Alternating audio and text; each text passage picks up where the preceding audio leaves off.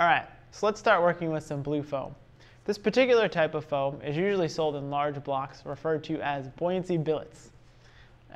This foam has really good flotation properties, so it's usually used in applications such as dock building, and therefore you can usually find it at a boating store and some construction stores.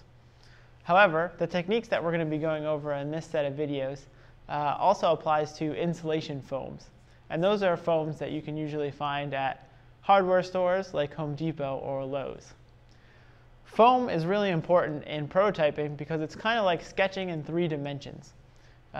It's really easily workable, and you can use it to test out different shapes and different forms very easily. This type of foam is also relatively clean, it's really lightweight, and it's also pretty stiff.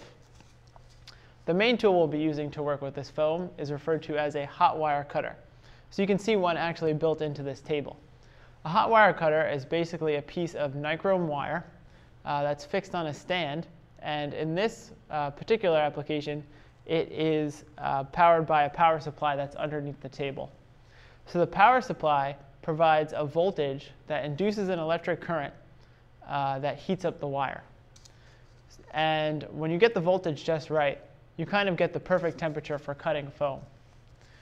When you're cutting through the foam, you do release some fumes, but those fumes are classified as a mild irritant.